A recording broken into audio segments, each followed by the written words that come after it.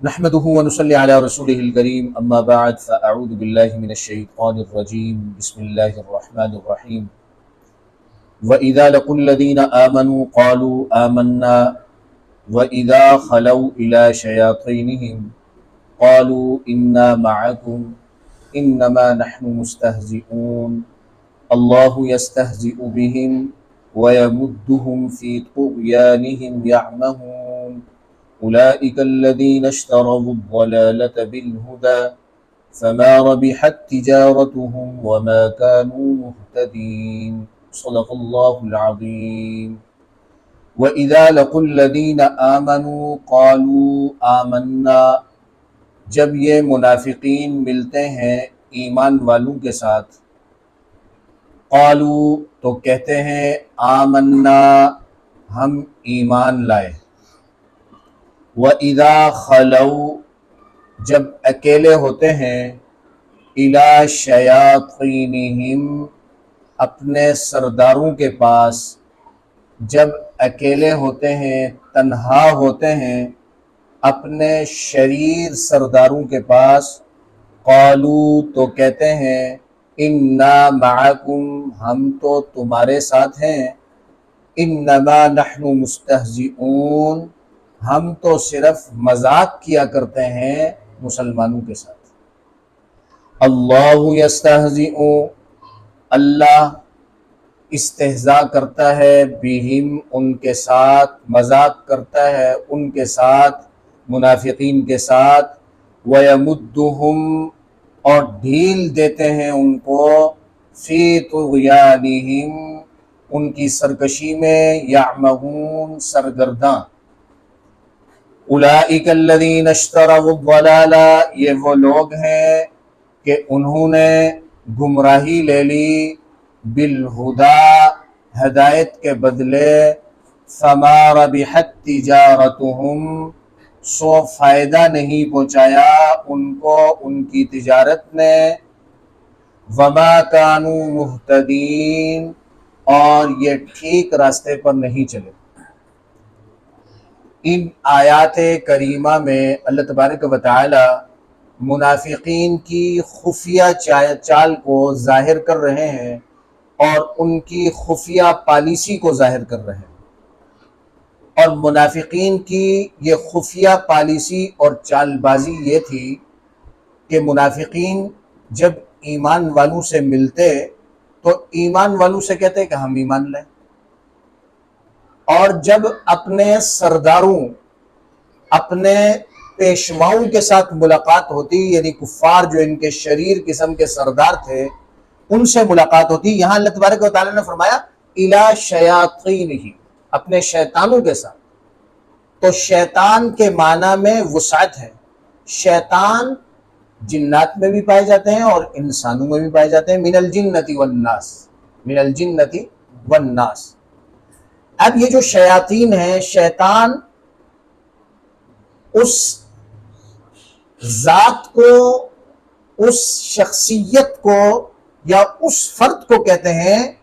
جو اللہ اور اس کے رسول کے خلاف بھڑکائے اب یہ بھڑکانے والا جنات میں سے ہو تو اسے بھی شیطان کہتے ہیں اور بھڑکانے والا اگر انسانوں میں سے ہو تو اسے بھی شیطان کہتے ہیں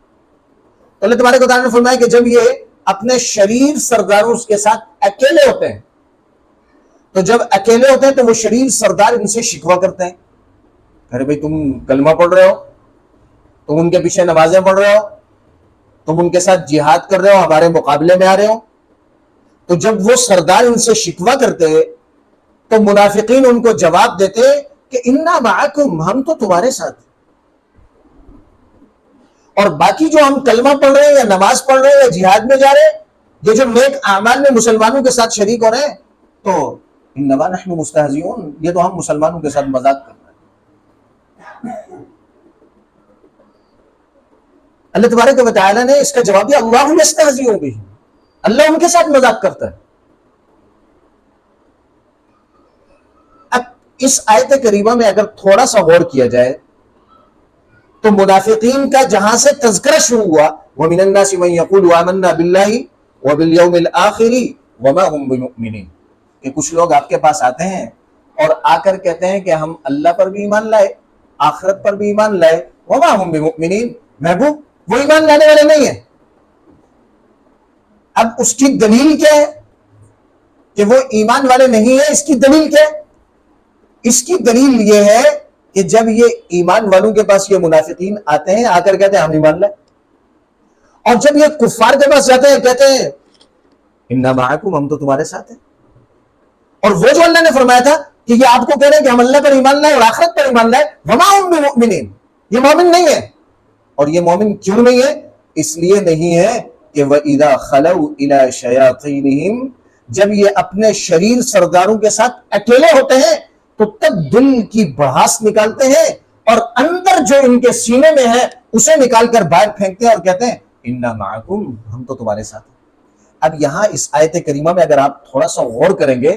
تو آپ کو بڑی خوبصورت بات سمجھ میں آئے گی۔ قرآن اپنی گہرائی اور اپنے اندر بڑی عجیب سی وسعت رکھتا ہے۔ دیکھیں جب وہ ایمان والوں سے انہوں نے کہا نا بھائی کہ ہم قالوا آمنا، ہم کیا لائے بھی؟ ایمان لائے، آمنا، بس اور کوئی تاکید شاکید نہیں لائے، آمنا، ہم ایمان لائے۔ اس سے پتہ چل رہا ہے کہ ان کی دلی رغبت ایمان کی نہیں تھی۔ یہ اگلے جملے سے واضح ہوگی بات کہ دلی رغبت نہیں تھی، بس دھوکہ دینے کے لیے کہا آمنا۔ اب جب اپنے شیاطین کے ساتھ اکیلے ہوتے ہیں، سرداروں کے ساتھ، تو وہ شکوہ کرتے ہیں کہ تم تو مسلمانوں کے ساتھ ہو۔ تو اب اندر کے جذبے اور رغبت کے ساتھ اِنَّا مَعَكُمْ، تاکید کے ساتھ کہہ رہے ہیں اِنَّا، تحقیق ہم، مَعَكُمْ، تو تمہارے ساتھ ہیں۔ جبکہ ایمان والوں کے ساتھ ہوتے ہیں تو کیا جملے گا؟ آمنا، ہم ایمان لائے، بس بات ختم، ہم ایمان لائے۔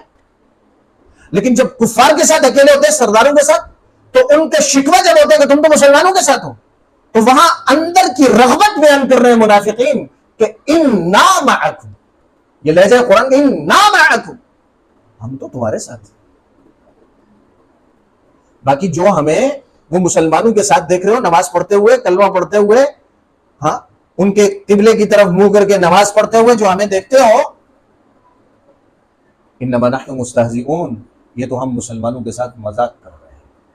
اور کیا مذاق کر رہے ہیں مسلمانوں کے ساتھ؟ کا مذاق یہ کر رہے ہیں کہ ہم خالی خالی دعویٰ کر رہے ہیں آمنا،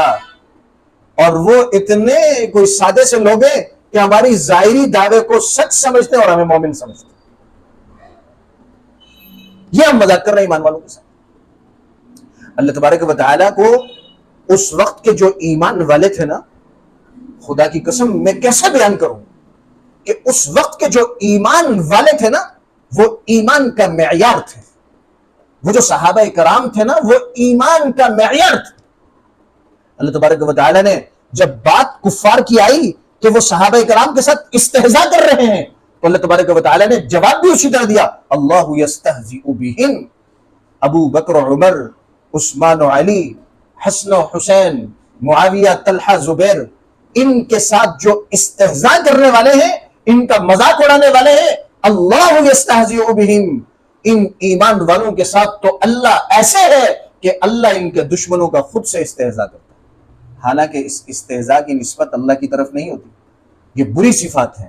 مذاق اڑانا، مذاق کرنا، یہ بری صفات ہے، اللہ کی طرف یہ صفات نہیں جاتی۔ لیکن اللہ تبارک و تعالی نے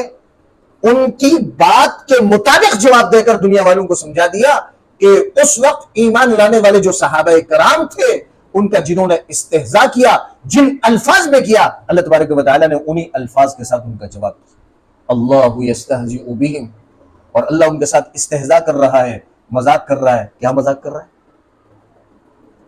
دنیا میں یہ ایمان والوں کے ساتھ مذاق کر رہا ہے، اور قیامت میں ان کے ساتھ مذاق ہوگا۔ کیا مذاق ہوگا؟ قیامت میں جب نور ایمانی بٹے گا اور تقسیم ہوگا، پل صراط سے پہلے ہر آدمی کو اس کا نور ملے گا ایمان کا، اور اس ایمان کی روشنی پر وہ ایمان والا پل صراط پر چلے گا، اور وہ روشنی صرف ایمان والے کو راستہ دکھائے گی۔ ایسا نہیں کہ دنیا میں جس طرح چراغ جلتا ہے تو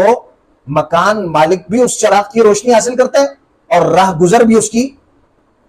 روشنی سے فائدہ اٹھاتا ہے، حتیٰ کہ اسی گھر میں چوری ڈاکہ کرنے والا بھی اس چراغ کی روشنی سے فائدہ حاصل کرتا ہے۔ اب اللہ تبارک و تعالیٰ جب وہ نور بٹے گا اور تقسیم ہوگا نا، تو دنیا میں یہ بھی ایمان والوں کے ساتھ شریک تھے نا، تو وہ جب ایمان کا جو نور بٹے گا، وہ ایمان والے جب نور کی اس روشنی میں جا رہے ہوں گے، کسی نے اعتراض کیا کہ بھئی کیسی روشنی ہوگی، بھئی کوئی دوسرا نہیں دیکھ سکے گا؟ کہا دیکھیں آنکھوں کی روشنی دیکھیں،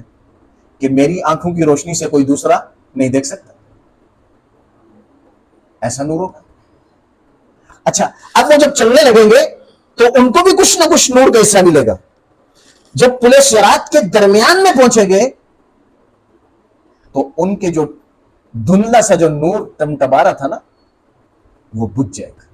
وہ ساتھ والے کو پکڑے گا، ایمان والے کو، مجھے ساتھ لے کے جاؤ۔ انہوں نے کہا نہیں، نور تو پیچھے بٹ رہا ہے، وہاں جائے گی، نور ایمانی وہاں سے ملے گا۔ جب یہ واپس مڑ کر آدھے سے پل صراط سے واپس پیچھے آئے گا تو نور کی تقسیم ختم ہو چکی۔ اللہ یستہزئ بہم، اللہ پل صراط پر ان منافقین کے ساتھ استہزاء فرمائے۔ اور ایک استہزاء تو اس سے بھی بڑا خوفناک ہے، وہ یہ کہ انہیں جنت کا ایک دروازہ دکھایا جائے گا، اور یہ دوڑتے ہوئے جب اس کے قریب پہنچیں گے تو وہ جنت کا دروازہ اچانک بند کر دیا جائے گا اور کہا جائے گا کہ تم اس میں داخل نہیں ہو سکتے۔ پھر انہیں وہاں سے جہنم میں لڑکا دیا جائے گا۔ اور یہ کن کے ساتھ استہزاء کرنے والوں کی سزا ہے؟ صحابہ کرام کے ساتھ استہزاء کرنے والوں کی سزا۔ اسی طرح قیامت کی صبح تک صحابہ کرام کے نقش قدم پر چلنے والے ایمان والوں کا جو بھی مذاق اڑائے گا اور استہزاء کرے گا، اسے یاد رکھنا چاہیے کہ مسلمانوں کا اللہ ایک دن ان کے ساتھ بھی استہزاء کرے گا۔ اور دنیا میں ان منافقین کے ساتھ کیا استہزاء ہے؟ دنیا میں یہ استہزاء ہے کہ وہ اتنی مشقت کاٹ رہے ہیں، کلمہ پڑھا، اپنے پیشوا ان سے ناراض ہو گئے، کفار کے جو سرغنے تھے وہ ناراض ہو گئے، انہیں راضی کرنے کے لیے تاکیدات لائی جا رہی ہیں، انا معکم، ہم تو تمہارے ہی ساتھ ہیں۔ نماز کی مشقت کاٹ رہے ہیں، قرآن کی تلاوت کی مشقت کاٹ رہے ہیں، جہاد جیسے فریضے کی مشقت کاٹ رہے ہیں جس میں انہیں خدشہ ہے کہ ہم مارے نہ جائیں، پھر بیچ میں مسلمانوں کو چھوڑ کر واپس پلٹے تو اس پر جو اعتراضات ہوئے اس مشقت کو کاٹ رہے ہیں۔ اور یہ ساری مشقت رائے گاں جا رہی ہے، اس پر کچھ بھی نہیں ملے گا۔ اس سے بڑا مذاق اور استہزاء کیا ہے؟ اللہ یستہزئ بہم۔ اور پھر اللہ کے استہزاء کے بعد بھی ان کے پاس مال و اسباب ہے اور دنیا کی ریل پیل ہے، تو یہ کیوں ہے؟ اللہ فرمانے وَيَمُدُّهُمْ فِي طُغْيَانِهِمْ يَعْمَهُونَ، ہم ڈیل دیتے ہیں ایسے لوگوں کو، ہم ڈیل دیتے ہیں تاکہ وہ اپنی سرکشی میں سرگرداں رہیں۔ جب کوئی باطل راستے پر، غلط راستے پر چلتا ہے تو اللہ پہلے اس پر مشقتیں لاتا ہے کہ مشقتوں سے سمجھ جائے، تکالیف سے سمجھ جائے، پلٹ کر واپس آ جائے۔ اگر وہ اس سے سبق حاصل نہیں کرتا تو اللہ تبارک و تعالی اگلا انعام اس پر یہ کرتے ہیں کہ اسے مال کی فراوانی عطا کرتے ہیں، کہ شاید مشقت میں اللہ کی طرف رجوع نہیں کر رہا، شاید کچھ فراوانی دنیا کے اصول کے مطابق، اللہ کے علم میں ہے، دنیا کے اصول کے مطابق فراوانی دی جاتی ہے کہ شاید فراوانی سے ملے گی، اس فراوانی سے یہ اللہ کی طرف متوجہ ہو جائے گا، انعامات کی قدر کرے گا، اس کی شکر گزاری کرے گا اور اللہ کی طرف آ جائے گا۔ اور اگر اس سے بھی وہ اللہ کی طرف رجوع نہیں کرتا تو اب اللہ تبارک و تعالی اس کو نوازتے رہتے ہیں۔ اور یہ کیوں؟ یہ اس لیے یمدہم فی طغیانہم یعمہون، کہ اپنی سرکشی میں سرگرداں رہیں اور تمام حدود کراس کر لیں، یہاں تک کہ ان کو سزا دینے کی حجتیں تمام ہو جائیں۔ پھر اچانک اللہ رب العزت کیا کرتے ہیں؟ گرفت کرتے ہیں۔ آگے اللہ رب العزت ارشاد فرمائے اولئک الذین اشتروا الضلالۃ بالہدی، یہ منافقین وہ لوگ ہیں اشتروا الضلالۃ بالہدی کہ انہوں نے خرید لی گمراہی، بالہدی ہدایت کے بدلے، ہدایت کے بدلے گمراہی خرید لی۔ اللہ تبارک و تعالی نے ان منافقین کو ایمان کی حقیقت بھی بتلائی اور کفر کی حقیقت بھی بتلائی، کیونکہ ایمان والوں کے ساتھ بھی رہ رہے اور کفار کے ساتھ بھی رہ رہے۔ ایمان والوں پر جو اللہ کے انعامات ہیں، جو اللہ کی رضامندی ہے، اسے بھی کھلی آنکھ سے دیکھ رہے ہیں، اور کفار پر جو اللہ کا غضب ہے اسے بھی کھلی آنکھ سے دیکھ رہے ہیں۔ اس سب کچھ دیکھنے کے باوجود ایک تو وہ کافر ہے جو ضدی ہے، جو ایمان والوں کے قریب آنا ہی نہیں چاہ رہا، لیکن یہ منافقین وہ کفار ہے کہ جو رہی مسلمانوں کے بیچ میں رہے، نمازیں اللہ کے نبی کے پیچھے پڑھ رہے ہیں، قرآن کی تلاوت کر رہے ہیں، جہاد میں شریک ہو کر براہ راست اللہ کی مدد کو دیکھ رہے ہیں، اور کفار کے ساتھ بھی رہ رہے ہیں، اور کفار پر جو اللہ کے غضب نازل ہو رہے ہیں اسے بھی اپنی آنکھ سے دیکھ رہے ہیں، لیکن اس سب کچھ کو دیکھنے کے باوجود پھر اشتروا الضلالۃ بالہدی، یہ وہ ہے کہ جنہوں نے گمراہی کو لے لیا ہدایت کے بدلے۔ اللہ فرما رہے فما ربحت تجارتهم، ان کی تجارت نے انہیں نفع نہیں دیا۔ یہ تاجر لوگ تھے، یہ منافقین تاجر تھے، اور تجارت میں دنیاوی اعتبار سے بھی انسان تجارت میں نفع چاہتا ہے اور نفع والا سودا کرتا ہے کہ کس سودے میں نفع ہے اسے کرتا ہے اور کس میں نقصان ہے اس سے بھاگتا ہے۔ تو یہ تاجر تھے، لیکن اس تجارت سے بھی انہیں سبق حاصل نہیں ہوا کہ انہوں نے دنیا کی چند روزہ زندگی وہ بھی مشکل سے گزاری کہ کبھی مسلمانوں کو اپنے ساتھ باور کروا رہے اور کبھی کفار کو اپنا ساتھ باور کرا رہے، اس دنیا کی پرمشقت زندگی بھی کاٹی، اور اس کے بعد بھی ہدایت کو چھوڑ کر اس کے بدلے گمراہی کو خرید لیا۔ فما ربحت تجارتهم، ان کی تجارت نے انہیں کوئی فائدہ نہیں پہنچایا۔ وما كانوا مهتدين، اور وہ ٹھیک راستے پر نہ تھے۔ گرامی قدر سامعین، اللہ تبارک و تعالی نے کتنا کھول کر منافقین کے اعمال اور صفات کو ذکر فرمایا۔ اس درس سے مجھے اور آپ کو جو سبق مل رہا ہے وہ سبق یہ مل رہا ہے کہ دو رنگی چھوڑ کر یک رنگ ہو جا، یا سراسر موم ہو یا سنگ ہو جا، دو رنگی چھوڑ دیں۔ آج دنیا میں اور معاشرے میں جو بگاڑ پیدا ہو رہا ہے اور طرح طرح کی مشکلات کا سامنا کرنا پڑ رہا ہے، اس کی بنیادی وجہ لوگوں کی دو رنگی اور دو رویے، کہ وہ اپنی ذات کے لیے کچھ اور چاہتے ہیں اور اپنے ایمان والے بھائی کے لیے کچھ اور چاہتے ہیں، اپنی اولاد کے لیے کچھ اور چاہتے ہیں اور اپنے ایمان والے کے اولاد کے لیے کچھ اور چاہتے ہیں۔ تو یہ جو درنگی ہے، یہ جو منافقت ہے، اس کو چھوڑنا بہت زیادہ ضروری ہے، اس لیے کہ یہ منافقت، یہ دو رنگی، یہ منافقین کی علامت ہے۔ ایمان والے اور ایمان کا معیار تو صحابہ کرام رضوان اللہ تعالی علیہ مجمعین، کیونکہ اللہ تبارک و تعالی نے ایمان اور کفر کا جو معیار قرار دیا وہ یہ ہے کہ جو صحابہ کرام کے طرز پر ایمان اور عمل صالح لائے گا اور کرے گا، وہ اللہ اس کے رسول کے نزدیک ایمان شمار ہوگا۔ لیکن کوئی شخص اگر اپنی طرف سے کوئی صورت اختیار کر کے اسے ایمان اور عمل صالح باور کرانا چاہ رہا ہے، تو وہ کتنا خوبصورت کیوں نہ ہو، وہ اللہ اس کے رسول کے نزدیک ایمان نہیں ہوگا اور عمل صالح نہیں ہوگا، کیونکہ ایمان کا جو معیار ہے وہ صحابہ کرام رضوان اللہ تعالی علیہ مجمعین ہے۔ اللہ تبارک و تعالی سے دعا ہے کہ اللہ رب العزت ہمیں ہر جگہ ہدایت اپنانے کی توفیق عطا فرمائے، گمراہی سے بچنے کی توفیق عطا فرمائے، اور گمراہی سے بچنے کا فقط ایک راستہ ہے۔ اگر گمراہی سے ہم بچنا چاہ رہے ہیں تو ہمیں مکمل اعتماد صحابہ کرام رضوان اللہ تعالی علیہ مجمعین پر کرنا پڑے گا۔ اگر ہم نے وہاں اعتماد کی کچھ کمی دکھائی تو پھر ہم گمراہی کی کسی راہ پر چل پڑیں گے۔ اللہ تبارک و تعالی ہمیں صحابہ کرام پر کامل اعتماد کر کے ان کے نقش قدم پر چلنے کی توفیق عطا فرمائے۔ منافقت اور منافقین کی بری صفات سے ہم سب کو بچنے کی توفیق عطا فرمائے۔ وآخر دعوانا ان الحمد للہ۔